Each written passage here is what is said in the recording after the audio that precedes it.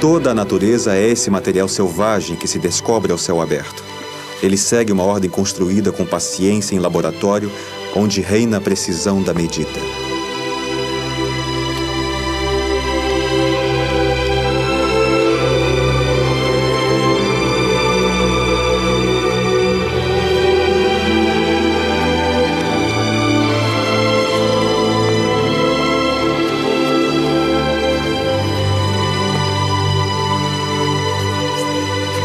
O gênio de Lavoisier é ao mesmo tempo experimental e linguístico.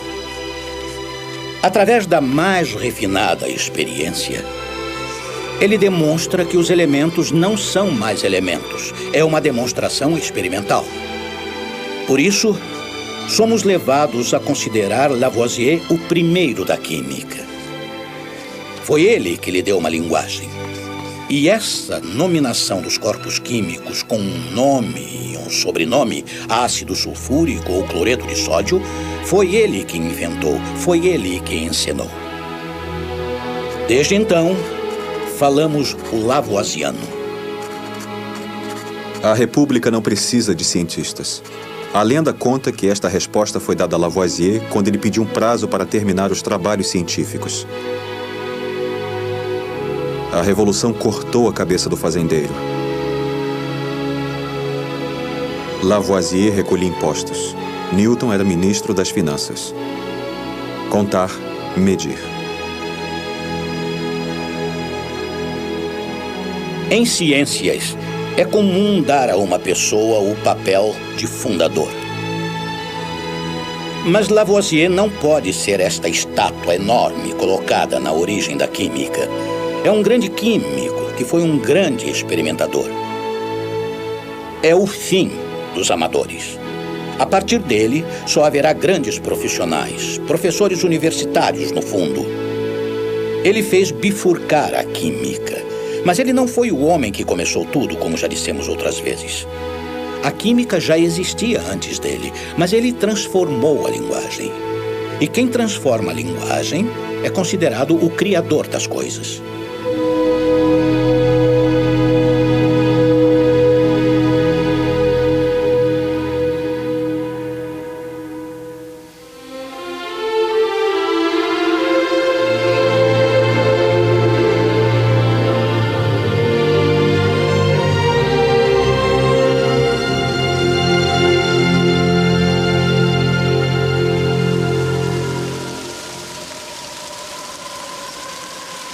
Newton indica uma bifurcação.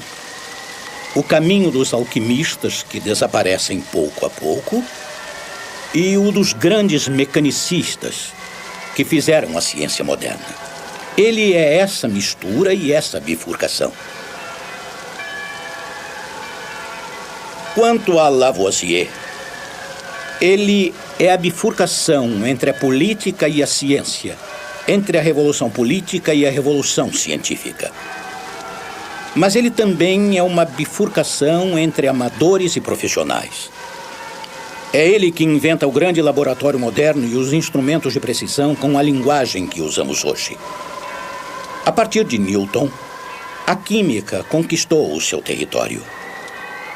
A partir de Lavoisier, ela partiu para a conquista das universidades. Ela se tornou a química dos professores. E Mendeleev é um professor.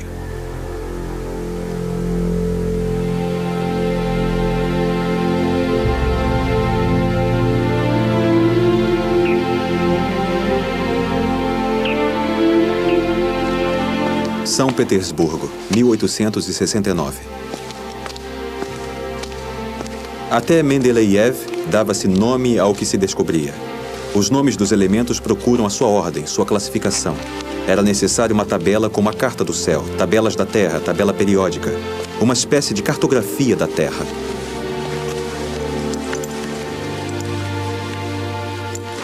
Mendeleev é mais uma bifurcação. E é a bifurcação que define melhor a química. Ainda melhor do que com Lavoisier ou Newton.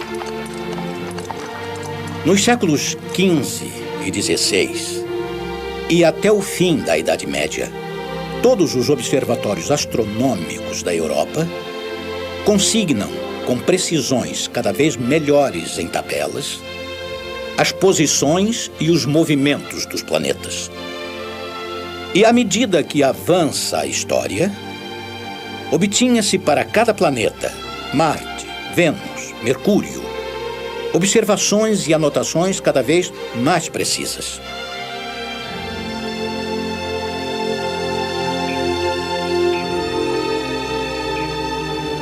Aí estão algumas tabelas. Tabelas em ordem. E elas têm nome. Tabelas alfonsinas, tabelas toledanas. E elas dão números perfeitamente alinhados, cada vez mais rigorosos. E, de repente, chegam Kepler e Newton, trazendo o enunciado de leis. As leis de Kepler e a lei de Newton. À medida que se passa das leis de Kepler para a lei de Newton, percebe-se que apenas uma lei, a de Newton, comporta a totalidade destas tabelas. A partir daí, não é mais preciso observar a posição exata dos planetas. Hoje, basta deduzir da lei de Newton. E essa lei se torna um modelo das ciências. Por quê? Porque uma tabela conduz a uma lei. É a tabela da lei e a lei da tabela. Da tabela observada, começa a lei. A química esperava por isso, como todas as ciências esperavam este modelo.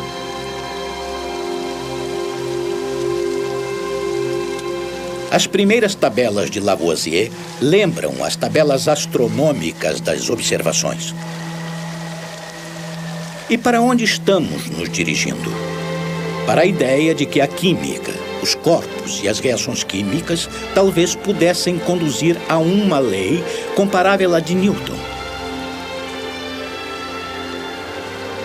Consequentemente, fazer tabelas cada vez mais organizadas e as observações mais precisas traz a esperança para todos os cientistas de descobrir a lei.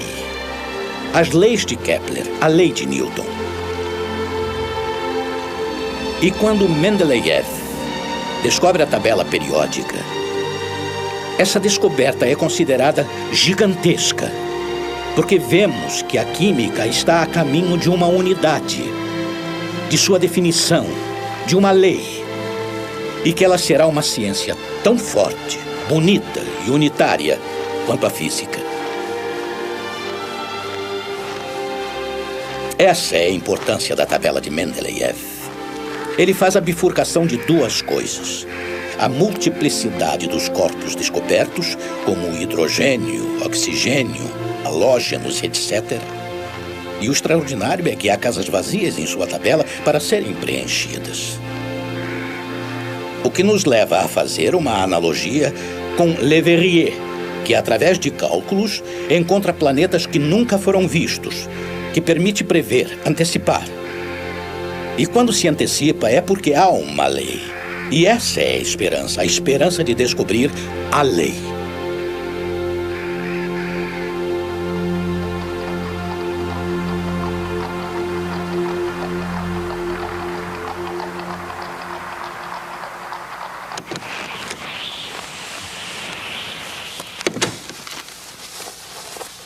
Os 50 elementos da Terra conhecidos na época de Mendeleev deviam ser catalogados. Mas em que ordem? Como procurar grupos, famílias? Como ler os elementos? Como escrever o dicionário das palavras da Terra para que sirva de meio de conhecimento, mas também como meio de descoberta? É preciso supor que a matéria é feita de átomos. Por exemplo, a água tem um peso e uma massa. A água é constituída de átomos, o peso atômico da água. 8 gramas de oxigênio para 1 grama de hidrogênio. E assim vai para cada elemento de matéria.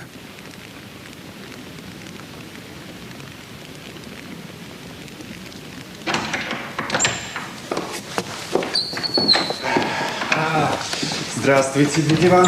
Здравствуй, дорогой.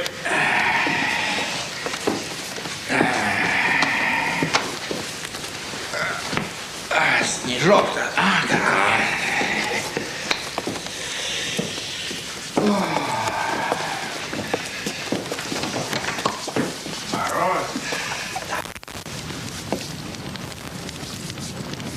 Mendeleev teve a ideia de classificar os elementos por peso. E quando um elemento se parece com outro, tem o mesmo comportamento, Mendeleev muda de linha e inscreve embaixo. Às vezes, para respeitar a analogia entre dois elementos ou para manter a regularidade no aumento dos pesos, ele trapaceia, pula casas. Por exemplo, massa 45, 68, massa 70. Ele supõe que elas correspondem a elementos a serem descobertos. Ele prevê as propriedades destes elementos desconhecidos por comparação com elementos vizinhos. Mendeleev supunha que seriam descobertos.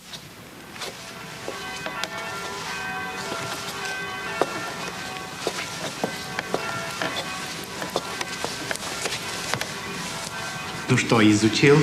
Дмитрий Иванович. Встань.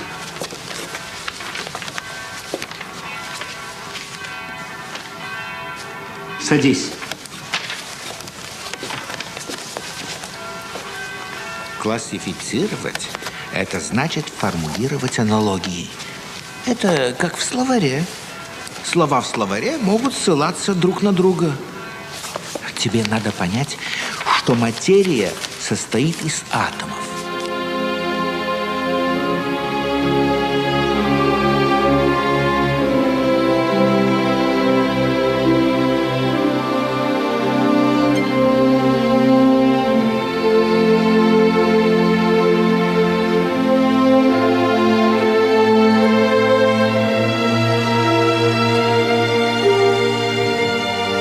Видишь, например, здесь массе 68 должно соответствовать тело, похожее на алюминий.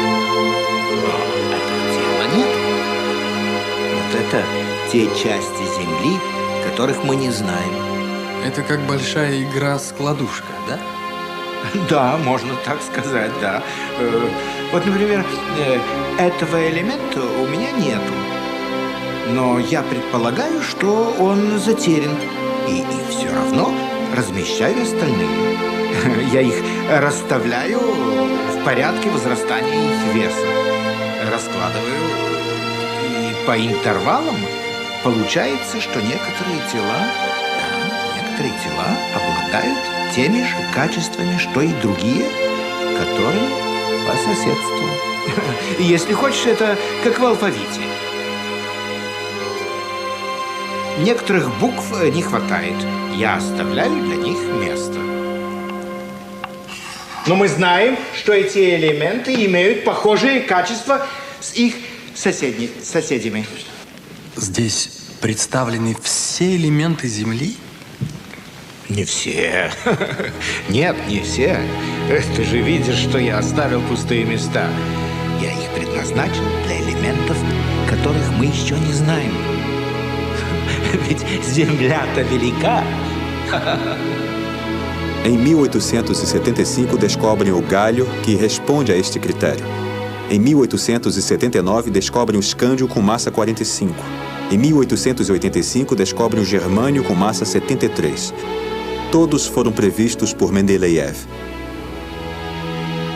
Mendeleev e sua tabela são a primeira prova desta realidade.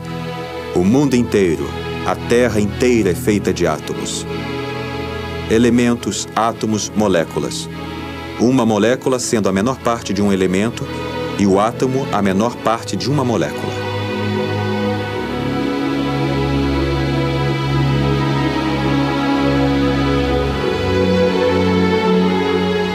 Pode-se perfeitamente colocar fórmulas em linhas.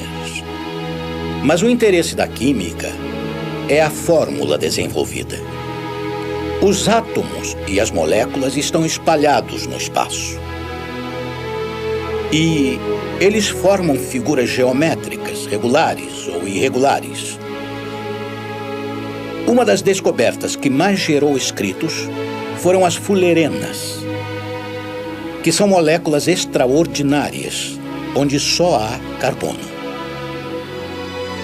Escrevem-se C60. Mas o interessante é desenhar bolas de futebol, exatamente como aquelas com as quais jogamos, que são exatamente pentágonos ou hexágonos que formam a superfície das bolas. As fullerenas são moléculas que não existiam na natureza. Talvez existam, pois a descobriram no céu. O químico é um arquiteto dessas moléculas. E nessas bolas, ele pode encaixar outras moléculas que permitem formar um explosivo perigoso para fazer uma bomba ou um antivírus para fazer um remédio. E vemos muito bem que o interesse está no desenho da molécula e que, mais do que um alfabeto, ele é um indicador de locais. O objetivo da química é montar estes objetos extraordinários, sejam eles naturais ou não. Esta é a oportunidade da química. É aí que reside a sua novidade. Quando falamos há pouco de Newton, Lavoisier e Mendeleev, até então só expressamos pesares. A química explodiu, é múltipla, multicolorida, trata de coisas dispersas. Ela não tinha encontrado leis, não tinha chegado ao estágio das grandes ciências, como a física, a matemática. A física teórica consegue deduzir esses fenômenos a partir de leis. Mas acaba de chegar uma revolução, a do computador. O computador simula as experiências, simula a arquitetura das novas moléculas. Divertem-se criando novas moléculas por simulação. O computador é a oportunidade das ciências que não têm leis. O computador montado em algoritmo é baseado em uma matemática que não considera as generalidades. Temos a ideia de que só existe uma ciência do que é abstrato e universal. Newton, a lei da gravidade, a física teórica e tudo mais serão revistos. Muito bem. Mantivemos respeito por todos eles. Mas está nascendo com os algoritmos uma matemática processual que ainda é abstrata, mas fiel às singularidades.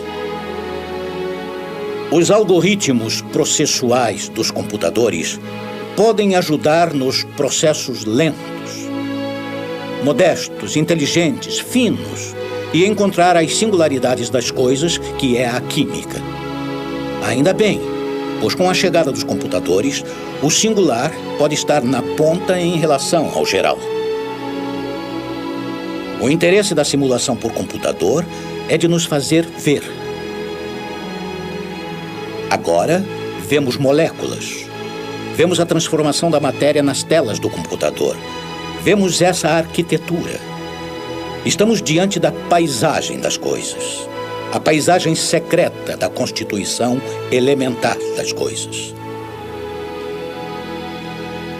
E, de certa forma, pode-se prever um futuro paradoxal para esta ciência que, em seu passado, lamenta não ter se tornado geral. Do alto da Torre Eiffel, Paris parece um mapa, um plano. Cada conjunto de edifícios é como uma peça de quebra-cabeça. Há alguns terrenos baldios e casas vazias que um dia serão preenchidos. Lugares de escritórios ou residências em função da proximidade de bairros chiques ou centros empresariais perto de Montmartre ou da Gare de Lyon. Paris, o quadro de Mendeleev. Nossas roupas são feitas de moléculas muito grandes, com massas moleculares de pelo menos 1000 gramas. Acetato, acrílico, nylon. Alguns passantes usam óculos, outros bolsas, outros guarda-chuvas, matérias plásticas. Como esse ônibus no asfalto, alcatrão, esta matéria química oriunda do petróleo. A maioria dos carros é feita de matéria plástica ou componentes inventados pela química. Embaixo do ônibus e da rua, tubos, cabos, fibras que correm por baixo da terra. A química está presente em tudo. A química lia o mundo real e tentava falar a sua língua com a maior exatidão possível. Hoje é acusada de produzir um mundo factício, perigoso e artificial, afastando-se do natural, desenhando novas moléculas, compondo novos materiais, sintetizando novos medicamentos, forjando novas próteses para o corpo, dominando o processo da procriação, manipulando novos seres vivos. Hoje a química tenta, como muitas outras ciências, falar dos mundos possíveis, portanto, criá-los. Certamente ela se diferencia da física pela abertura de suas possibilidades. A química nos assusta, talvez porque ela cerca nosso mundo real de um mundo possível, virtual. No entanto, esse possível, esse virtual, é o nosso novo mundo.